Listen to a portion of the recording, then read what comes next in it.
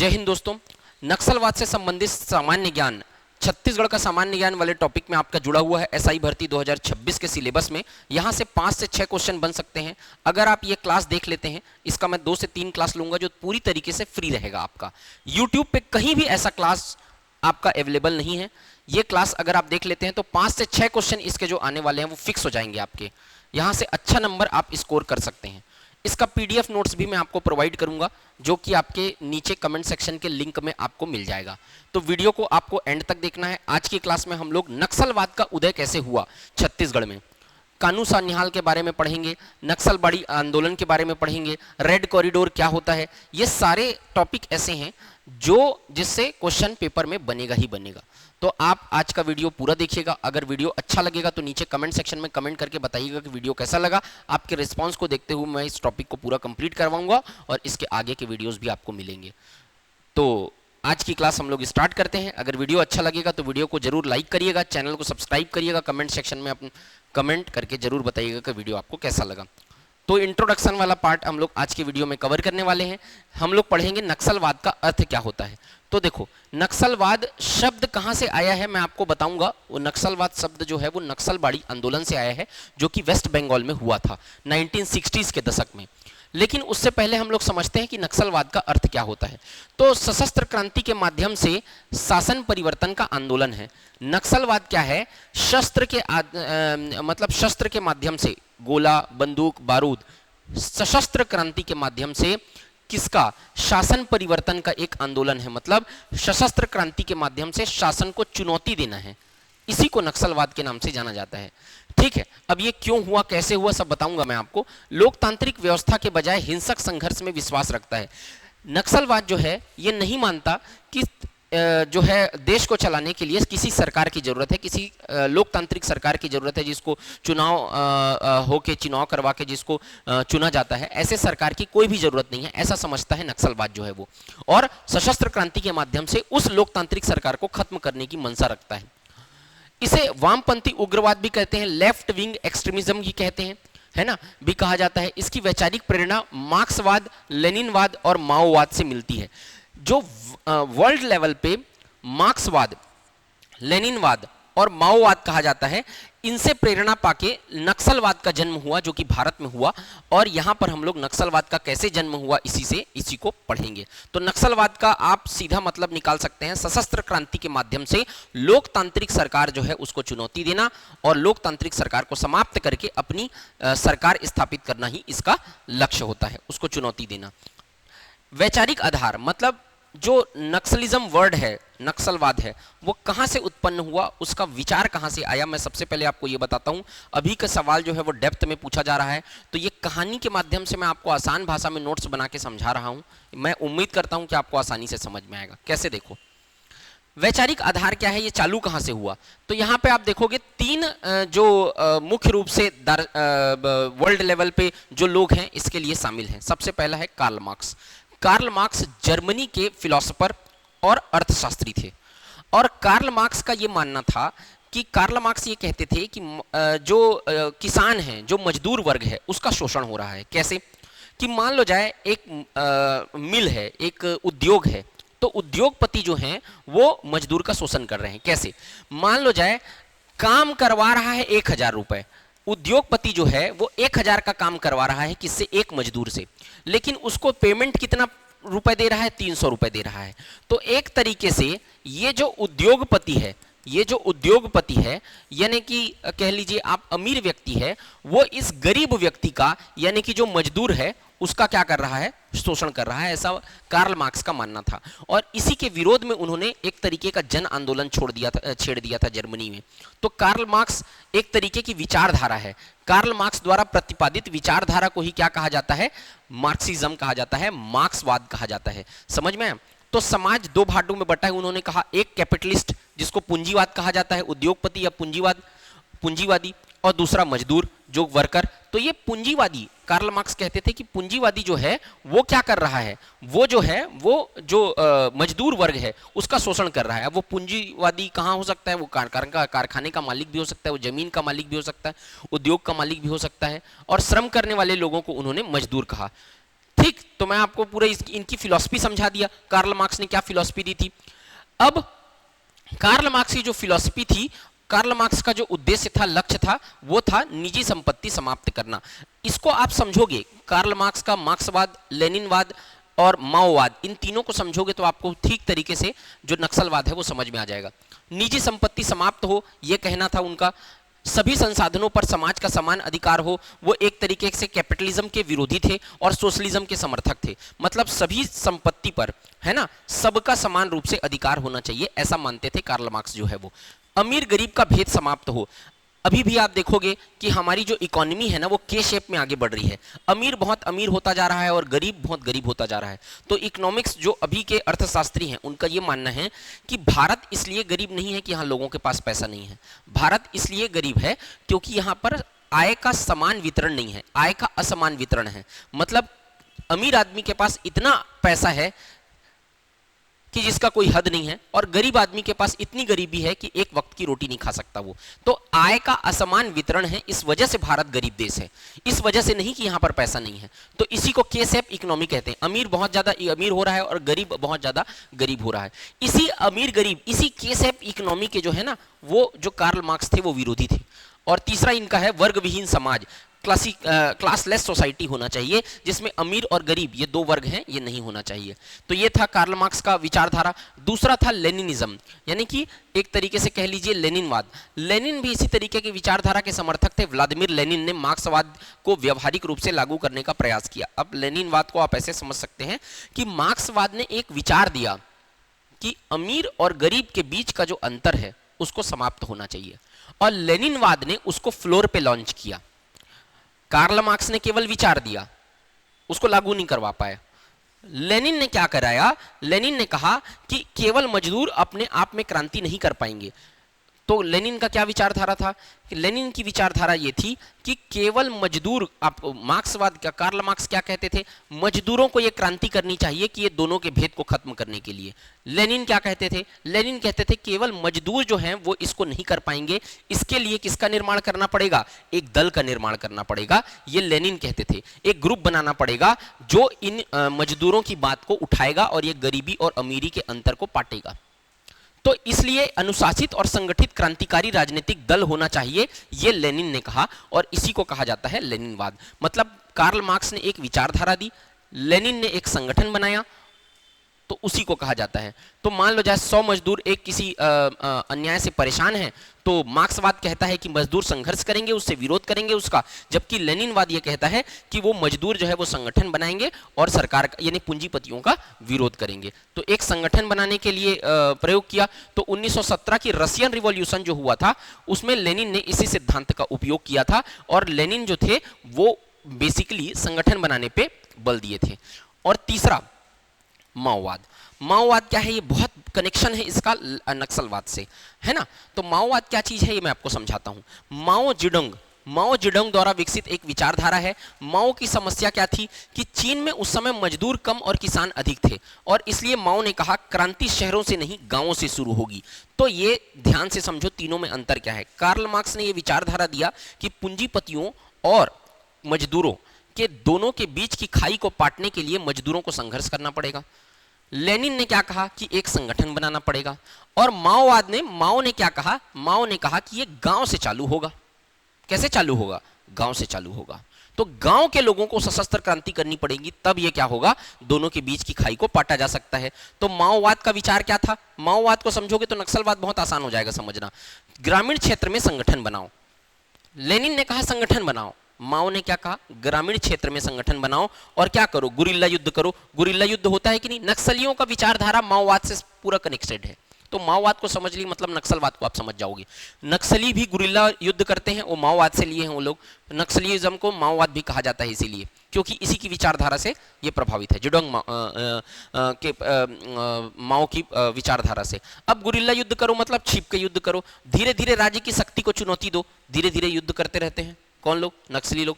और अंततः सत्ता पर कब्जा कर लो। ये जो है वो माओवाद का मुख्य उद्देश्य था। उदाहरण, माओ की रणनीति क्या थी? गांव से समर्थन जुटाना। अभी आप नक्सली लोग भी देखे होंगे, गांव से समर्थन जुटाते थे। दूसरा, जंगल और पहाड़ों के में आधार क्षेत्र बनाना, मतलब अपना बेस कैंप कहां बनाते हैं माओवाद के लोग? जंगल और पहाड़ में। नक्सलवाद भी वही, गुरिल्ला युद्ध करना, शहरों को घेरना, सत्ता प्राप्त करना, ये सब पूरी तरीके से कॉपीड है नक्सलवाद। इसीलिए छत्तीसगढ़ के नक्सलवाद को माओवाद भी कहा जाता है, नक्सलाइट को। अब ये तीनों का, नक्सलवाद और माओवाद में क्या संबंध है कि भारत में नक्सली मुख्यतः माओवादी रणनीति से प्रभावित हैं। मतलब भारत के नक्सली जो हैं वो माओवादी रणनीति से प्रभावित हैं और यहीं से नक्सलिज्म का जन्म होता है, यानी कि नक्सलवाद का जन्म होता है। तो नक्सलवाद आप कहेंगे तो तीनों की विचारधारा से प्रभावित है। आदिवासी और ग्रामीण क्षेत्रों में आधार बनाते हैं, जंगलों में सक्रिय रहते हैं, गुरिल्ला युद्ध करते हैं, यही सब है। इसको अगर आप समझना चाहें तो आप कह सकते हैं एक लाइन में कि मार्क्सवाद जो है वो समस्या बताता है कि अमीर और गरीब के बीच की समस्या है, सबसे बड़ी समस्या। अमीर और अमीर हो रहा है, गरीब और गरीब हो रहा है, तो इन दोनों के बीच की खाई जो है वो पटनी चाहिए, ये मार्क्सवाद कहता है। लेनिनवाद क्या कहता है कि संगठन बताता है, कहता है पार्टी बनाओ। और माओवाद क्या कहता है कि सबसे पहले तरीका बताता है कि ये कैसे चालू होगा, ये विरोध कैसे चालू होगा, तो गांव से क्या करना पड़ेगा, सशस्त्र क्रांति। और माओवाद ही नक्सलवाद का एक तरीके से, नक्सलवाद की विचारधारा माओवाद से प्रभावित होती है। तो यहां पर आप कह लीजिए, ये एक लाइन में आप बोल सकते हैं, मार्क्स ने विचार दिया, लेनिन ने संगठन दिया, माओ ने ग्रामीण सशस्त्र क्रांति दी। ये पूरी कहानी थी। एक तरीके के तीन विचारधारा से प्रभावित होकर जो है वो नक्सलिज्म का जन्म होता है, कार्ल मार्क्स, लेनिनवाद और तीसरा है आपका माओवाद। अब नक्सलवाद की उत्पत्ति कैसे होती है ये मैं आपको समझाता हूं। नक्सलवाद शब्द जो आया है वो माओवाद से आया है, और नक्सलवाद शब्द जो आया है मेनली आप कहेंगे तो वेस्ट बंगाल के नक्सलबाड़ी गांव से आया है। नक्सलबाड़ी एक गांव का नाम था। वहां पर क्या हुआ कि 1960 के दशक में क्या हुआ, नक्सलबाड़ी गांव में जो हुआ 1960 में, वहां पर नक्सलबाड़ी जो गांव है वेस्ट बंगाल का, उसमें क्या हुआ था, किसानों के खिलाफ जो थे, एक थे जमींदार और एक थे किसान। तो किसान अपनी भूमि पर खेती करते थे, छोटे छोटे खेत होते थे उनके पास, लेकिन जो जमींदार होते थे ना, जो खेत होता था उस पर मालिकाना हक किसका होता था, जमींदार का होता था, वो किसान का नहीं होता था। किसान उस पे उपज करता था और उसका टैक्स देता था किसको, जमींदार को, लेकिन मालिकाना हक किसान को नहीं मिलता था। किसानों ने इसी के विरोध में जमींदारों के खिलाफ एक आंदोलन किया, जो मालिक थे उन्हीं के बीच संघर्ष हुआ। और इस किसान आंदोलन में जो प्रमुख चेहरा सामने आया वो था चारू मजूमदार का। यहां से सवाल बनने चालू हो जाएंगे आपके। और चारू मजूमदार, कानू सान्याल और जंगल सांथाल, ये तीन लोगों ने क्या किया, इस आंदोलन का नेतृत्व किया, जिसमें उत्शीर्ष थे चारू मजूमदार और कानू सान्याल। तो इन तीनों का नाम आप अच्छे से याद रखना, यहां से आपके क्वेश्चन बनेंगे। क्या क्या थे, चारू मजूमदार, कानू सान्याल और जंगल। चारू, कानू और जंगल, चारू मजूमदार, कानू सान्याल और जंगल संथाल, इन तीनों लोगों ने क्या किया कि वहां पर से जो नक्सलबाड़ी गांव था वहां से आंदोलन चालू किया। यह आंदोलन हुआ 1967 के करीब, और यहीं से नक्सलवाद शब्द की उत्पत्ति हुई। किसान जो थे यहां से वो बहुत परेशान थे जमींदारों से, और यहीं से जो आंदोलन चालू हुआ, और क्योंकि ये आंदोलन नक्सलबाड़ी से चालू हुआ वेस्ट बंगाल के, इसीलिए इसको नक्सलवाद कहा जा गया लगा। और नक्सलवाद शब्द की उत्पत्ति नक्सलबाड़ी गांव से होती है, और इस बेसिकली आंदोलन से होती है, जिस आंदोलन के नेतृत्व चारू मजूमदार, कानू सान्याल और जंगल संथाल करते हैं। और ये तीनों मिलके आगे चल के 1969 में, 1967 में ये आंदोलन हुआ। 1960 के दशक में ये गलत होना किसानों के साथ चालू हुआ।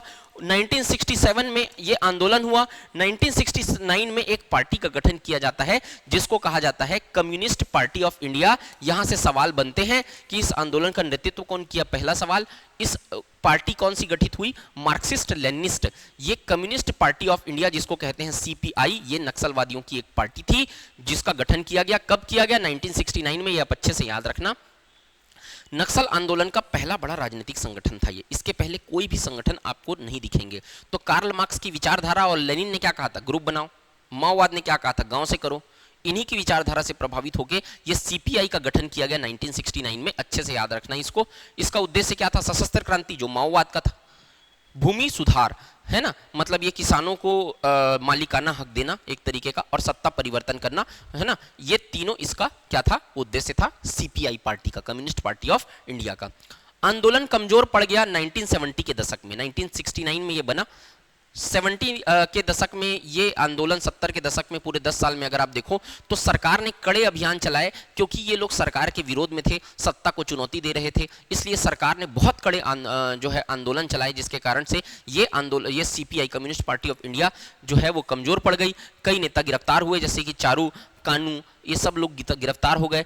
कई मारे गए। तो 1972 में चारू मजूमदार की गिरफ्तारी के बाद इनकी मृत्यु हो जाती है और आंदोलन छोटे छोटे गुटों में बढ़ जाता है। लेकिन फिर दोबारा 1980 के दशक में, 70 के दशक में तो इसका डाउनफॉल आता है, लेकिन 80 के दशक में और 90 के दशक में आदिवासी नए आंदोलन नए नक्सली संगठन के लिए सक्रिय हुए। विशेष रूप से बस्तर क्षेत्र में ये सब लोग आके इकट्ठा होते हैं और एक नया संगठन बनाते हैं जिसको कहा जाता है सीपीआई मोइस्ट का गठन। सीपीआई मोइस्ट यानी माओ, जिसको माओवाद कहा जाता है। और ये बेसिकली महाराष्ट्र और यहां पर आप कह लो ये दो बड़े संगठन का विलय होता है इसमें।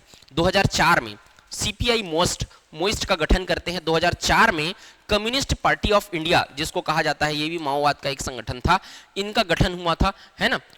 CPI communist party of India, इसका गठन हुआ और यही संगठन आज भारत के प्रमुख माओवादी संगठन माना जाता है।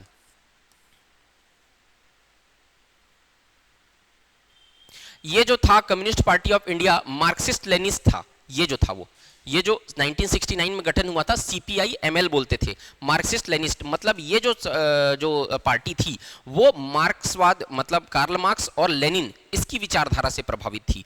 जबकि जो मैं आपको ये बता रहा हूं 70 के दशक में, ये बात 80 के दशक में, 2004 में जो पार्टी गठन हुई सीपीआई मोइस्ट कहा गया, जो माओ की विचारधारा से प्रभावित थी। वो दोनों कार्ल मार्क्स और लेनिन की विचारधारा से प्रभावित थे। जबकि ये पार्टी जो थी जो 2004 में गठित हुई वो माओ की विचारधारा से प्रभावित थी, मोइस्ट कहा गया इसको, उसका गठन हुआ था। ये पार्टी कब गठित हुई थी ये आपको पूछ सकता है पेपर में। तो ये 2004 में गठित हुआ, जो कि यही संगठन आज भारत का प्रमुख माओवादी संगठन माना जाता है। वे मोस्ट इंपॉर्टेंट क्वेश्चन, जो कब गठित हुआ, 2004 में गठित हुआ, है ना।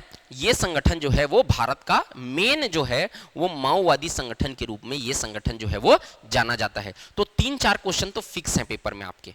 जो आएगा पहला, जो नक्सलबाड़ी आंदोलन है वो कहां हुआ, नक्सलबाड़ी आंदोलन कब चालू हुआ, नक्सलबाड़ी आंदोलन के नेतृत्वकर्ता कौन थे। उसके बाद आपको कम्युनिस्ट पार्टी ऑफ इंडिया का गठन कब हुआ, कम्युनिस्ट पार्टी ऑफ इंडिया माओ का गठन कब हुआ, ये सब आपको पूछ सकता है पेपर में। अब छत्तीसगढ़ का इससे कैसे संबंध है वो ध्यान रखो। तो छत्तीसगढ़ का कैसे संबंध है, जब आंध्र प्रदेश और महाराष्ट्र में सुरक्षा अभियान बढ़े, ये जो पार्टी गठित हुई थी वो मुख्य रूप से आंध्र प्रदेश, महाराष्ट्र ये क्षेत्र में ज्यादा सक्रिय थे। वेस्ट बंगाल से भाग के उधर आ गए, इधर ज्यादा सक्रिय थे। लेकिन जब इधर सरकार का आंदोलन बढ़ा तो यहीं के माओवादी छत्तीसगढ़ के दंडकारण्य क्षेत्र में आकर बस गए। यहां पर आप देखोगे तो बस्तर, अबूझमाड़ और दंडकारण्य, ये पूरा क्षेत्र जो आप देखोगे वो माओवाद से ग्रसित हो गया, क्योंकि महाराष्ट्र और आंध्र प्रदेश के जंगल से भागे हुए माओवादी यहीं पर आकर अपना डेरा जमाने लगे और अपना कैंप को बढ़ाने लगे, क्षेत्रों में सक्रिय होने लगे। अब इसी कारण 2004 के बाद जबरदस्त नक्सली हमले हुए छत्तीसगढ़ में और यहां पर नक्सलवाद का प्रमुख केंद्र छत्तीसगढ़ जो है वो बना रहा। अब यहां पर छत्तीसगढ़ में नक्सलवाद के प्रमुख कारण क्या हैं ये हम लोग पढ़ेंगे। नक्सलवादी घटनाओं को भी मैं आपको पढ़ाऊंगा। वीडियो को लाइक जरूर करिएगा, आपके रिस्पांस से ही हम आगे बढ़ेंगे और आगे के वीडियोस में लाऊंगा। ये पूरी तरीके से फ्री रहेगा, इस टॉपिक को मैं पूरा कंप्लीट करवाऊंगा। आप कमेंट सेक्शन में कमेंट करके जरूर बताइएगा कि वीडियो आपको कैसा लग रहा है। आपके रिस्पांस का मुझे इंतजार रहेगा, जरूर लाइक करिएगा और कमेंट करिएगा। चलिए, प्रमुख कारण क्या है नक्सलवाद के, तो आर्थिक कारण, अलग अलग कारणों में हम उसको समझते हैं। आर्थिक कारण है गरीबी। ये लोग जो परेशान थे, जो बेसिकली थे वो किसान। देखो, जब नक्सलबाड़ी आंदोलन हुआ तो नक्सलबाड़ी आंदोलन में उसको दबाने के लिए पुलिस आ गई। जमींदारों और किसान के बीच, किसानों के साथ गलत हो रहा था, किसानों ने आंदोलन किया, उसको दबाने के लिए पुलिस आई। किसानों को यह महसूस होने लगा कि पुलिस जो है वो पैसे वालों का साथ देती है, वो जमींदारों का साथ देती है। तो पुलिस से जो उस समय के लोगों को एक तरीके का पुलिस से जो दुश्मनी हुई, वही विचारधारा के माध्यम से फैलती रही। नक्सलवाद एक विचारधारा है, समझ में आया, जो कि माइंड टू माइंड ट्रांसफर होता है। तो पुलिस वाले को ऐसे लगने लगा, लोगों को, किसानों को, गरीब आदमियों को, कि पुलिस जो है वो हमारे विरोध में है, हम पे अत्याचार करती है, जमींदारों के साथ साथ पुलिस वाले भी। इसीलिए आप देखोगे कि नक्सलवाद जो है, नक्सली, वो टारगेट करते हैं किसको, पुलिस को। समझ में आया। तो यहां पर गरीबी सबसे बड़ा, दूसरा बेरोजगारी, इन लोगों के पास कोई काम धंधा नहीं था। तो इस तरीके के आंदोलनों में बेरोजगारी एक प्रमुख मुद्दा बन जाती है कि एक तो रोजगार मिल नहीं रहा है, ऊपर से गरीबी है। तो ये सब चीजों के कारण आदमी करेगा क्या, इसका जिम्मेदार प्रशासन, शासन और उसको मानता है। अभी आप देखो, नीट पेपर लीक हो गया, छात्र क्या करेगा, छात्र कुछ नहीं कर पा रहा है। पहले भी नीट पेपर लीक हुआ है, अभी भी लीक हो रहा है। 7 साल में पिछले आप देखोगे तो 60 से ज्यादा पेपर लीक हो चुके हैं। ये लोग क्या बनेंगे बोलते हो आप? सरकार का विरोध नहीं करेंगे तो कैसे होगा? तो इसी तरीके से इतना परेशान हो जाता है जब आदमी बहुत ज्यादा परेशान हो गया, कुछ कर ही नहीं पा रहा है अब, तो वो पूरी तरीके से सशस्त्र क्रांति में उतर जाता है। और जो गांव का व्यक्ति है, जहां पर सरकार की योजनाओं का लाभ नहीं पहुंच रहा है, बेरोजगारी अधिक है, वो मरने की स्थिति में आ गया है, वो क्या करेगा? वो ऐसी ज्वाइन कर लेता है नक्सलाइट। ये विचारधारा है, जो कि विचारधारा ये बताती है कि आप इतने परेशान हो चुके हो कि कुछ करने के लिए ऑप्शन ही नहीं बचा, या तो मर जाएगा या तो नक्सली ज्वाइन कर लेगा, सशस्त्र क्रांति के माध्यम से विरोध करना चालू कर देगा, क्योंकि सुनने वाला आज के समय में कोई नहीं है। तो यही बात। भूमि का असमान वितरण, मतलब जिनके पास भूमि है उनके पास 100 150 एकड़ भूमि है, जिसके पास नहीं है उसके पास कमाने खाने के लिए 1 बीघा भी भूमि नहीं है, 1 डिसमिल भूमि नहीं है। तो असमान वितरण भी इसका कारण है। सामाजिक कारण क्या है? सामाजिक कारण आदिवासियों का शोषण। जैसे ही जान जाते हैं जातिवाद हमारे यहाँ बहुत क्रूरता से भरा हुआ है, एसटी एससी मतलब जातिवाद जो है ना बहुत जड़ में भरा हुआ है, गांव में तो और। तो जाति के आधार पर क्या किया जाता है? शोषण। और वैसे ही जैसे जान गए आदिवासी हैं लोग करके, तो अपर कास्ट के लोग, या अपर कास्ट को छोड़ दीजिए आप, मैं अपर कास्ट नहीं कहूंगा, बाकी लोग भी आदिवासी समझ के, ये लोग तो भोले भाले आदिवासी हैं, पढ़े लिखे नहीं है करके उनका शोषण करते हैं। ये शिक्षा उन लोगों को मिली नहीं है जिसके माध्यम से वो लोग अपना रोजगार कर सकें, और सामाजिक रूप से भी वो लोग पिछड़े हुए हैं, आर्थिक तौर पर, सामाजिक तौर पर, हर तौर पे पिछड़े हुए हैं, जिसके कारण से ये विचारधारा उनके मन में आती है। प्रशासनिक कारण भ्रष्टाचार, उन लोगों तक जो चीजें पहुंचनी चाहिए वो पहुंच नहीं रही है, सरकारी अमले के लोग खा जाते हैं, सरकारी योजनाओं का लाभ उनको नहीं मिल पाता, पैसा पूरा ऊपर प्रशासनिक आधार पे लोग, प्रशासनिक अधिकारी खा जाते हैं, प्रशासन की कमजोर पहुंच उन लोगों तक पहुंच नहीं है। भौगोलिक कारण ये है कि घना जंगल है, अगर आप उनको जमीन भी दे दोगे तो कमा खा नहीं सकते, वहां पे कुछ उपजता नहीं है। दुर्गम पहाड़ी क्षेत्र में निवास करते हैं, वहां पर न हॉस्पिटल की सुविधा है, न वहां पर कुछ पहुंच पाता है, न एम्बुलेंस पहुंच पाता है, तो ये बड़ा दिक्कत क्षेत्र है। सीमित सड़क संपर्क, वो शहरों में जा नहीं सकते, सड़क से आ जा नहीं सकते, सड़क है नहीं, तो कोई भी सुविधाएं जो है वो पहुंच नहीं पाती है वहां तक। तो ये नक्सलवाद के उद्योग का प्रमुख जो था वो कारण था। तो ये सब आप अच्छे से पढ़ के रखिए ना, कुछ भी सवाल कूट वाले सवाल में पूछ सकता है। अब यहाँ पर रेड कॉरिडोर की बात करेंगे अपन। तो रेड कॉरिडोर में नक्सल प्रभावित क्षेत्रों की लंबी पट्टी को रेड कॉरिडोर कहा जाता है। ये सवाल पेपर में पहले भी जिन पे पूछा है नक्सलवाद से संबंधित सामान्य ज्ञान, वहां पे आ चुका है। तो जहां पे नक्सलवाद पनपे रहता है जिन राज्यों में, उसको रेड कॉरिडोर, लाल कलर की पट्टी से डिनोट किया जाता है। तो नक्सल प्रभावित क्षेत्र जो हैं उनको रेड कॉरिडोर में शामिल किया जाता है। ये आप देख लो, ये रेड कॉरिडोर था पहले। अब छत्तीसगढ़, आप कहोगे मार्च 2026 के बाद छत्तीसगढ़ में शासन के तौर पे ये कह दिया गया है हिडमो वगैरह को मारने के बाद कि नक्सलवाद पूरी तरीके से समाप्त हो चुका है। तो नक्सलवाद को छत्तीसगढ़ से प्रशासनिक तौर पर आप कहेंगे, वेबसाइट वगैरह में देखेंगे तो पूरी तरीके से समाप्ति की घोषणा कर दी गई है यहाँ पर। तो यहाँ पर ये रेड कॉरिडोर में अगर आप बोलोगे तो, लेकिन रेड कॉरिडोर को ऐसा नहीं कि पूरी तरीके से हटा दिया गया है, इसमें राज्यों की संख्या कम हुई है, जैसे जैसे बिहार, झारखंड, वेस्ट बंगाल, उड़ीसा, छत्तीसगढ़, आंध्र प्रदेश, कर्नाटका, ये सब में पूरी तरीके से नक्सली जो थे वो अपना पैड जमा चुके थे। अब इनमें कमी आई है, लेकिन ऐसे कोई आधिकारिक आंकड़ा जारी नहीं हुआ है कि रेड कॉरिडोर में इतने स्टेट शामिल है, इसमें शामिल नहीं है, ऐसा कोई आंकड़ा अभी तक देखने के लिए नहीं मिला है। रेड कॉरिडोर मेनली बोलते किसको थे वो समझो आप। नक्सल प्रभावित क्षेत्रों की लंबी पट्टी को क्या कहा जाता है? रेड कॉरिडोर कहा जाता है। ये ध्यान रखना, ये सब राज्य उसमें शामिल हैं। अब छत्तीसगढ़ में नक्सलवाद क्यों फैला, उसके मेनली यही कारण है जो मैं आपको ऊपर बताया कि बहुत ज्यादा वन क्षेत्र जो था यहाँ बहुत ज्यादा विशाल था, नक्सली को छुपने के लिए जगह चाहिए, तो वन क्षेत्र यहाँ बहुत ज्यादा था। दंडकारण्य के क्षेत्र में आदिवासी बहुल आबादी यहाँ भी थी, आदिवासियों की बहुत ज्यादा जनसंख्या थी, जिनको जो आदिवासियों को भोले भाले होते हैं तो उनको ठीक तरीके से उनके माइंड को ड्राफ्ट किया जा सकता है, एक तरीके से माइंड को डाइवर्ट किया जा सकता है। और दुर्गम भूभाग, वहाँ पर प्रशासन की, शासन की, पुलिस वालों की, आर्मी की पहुँच वहाँ पर ठीक से नहीं है, और विकास का अभाव है वहां पर बस्तर वाले क्षेत्र में, छत्तीसगढ़ में। और मध्य प्रदेश के साथ जब छत्तीसगढ़ अटैच्ड था तब तो विकास का और भी अभाव था। अभी तो डेवलपमेंट धीरे धीरे पहुंच रहा है, सड़क मार्ग बन गया है, रेलवे मार्ग वहां जा पर आ रहा है, तो डेवलपमेंट बढ़ते जा रहे हैं। तो इसके, लेकिन जब ये फैला 2004 से लेके अभी तक, तो उस समय इन्हीं 4 कारणों से मेनली जो है वो छत्तीसगढ़ में नक्सलवाद या कहा जाए माओवाद जो है वो इसका विस्तार हुआ। आज के ही टॉपिक से 3 से 4 क्वेश्चन आपके बनेंगे। आज के टॉपिक से मैं आपको एमसीक्यू भी करवाऊंगा। आप कमेंट सेक्शन में कमेंट करके बताइएगा कि इस तरीके का वीडियो आपको और चाहिए, कैसा लगा ये वीडियो। इसके आधार पे मैं अगला वीडियो बनाऊंगा, 2 से 3 लेक्चर मैं इसके लूंगा, और यहाँ से बाहर क्वेश्चन आपके नहीं जाएगा, मैं इसका पूरा ख्याल रखूंगा। इसके साथ आपको एमसीक्यू भी करवा दूंगा। वीडियो अगर अच्छा लगेगा वीडियो को लाइक करिएगा, आप अपना प्रेम बनाए रखिएगा। जय हिंद, वंदे मातरम।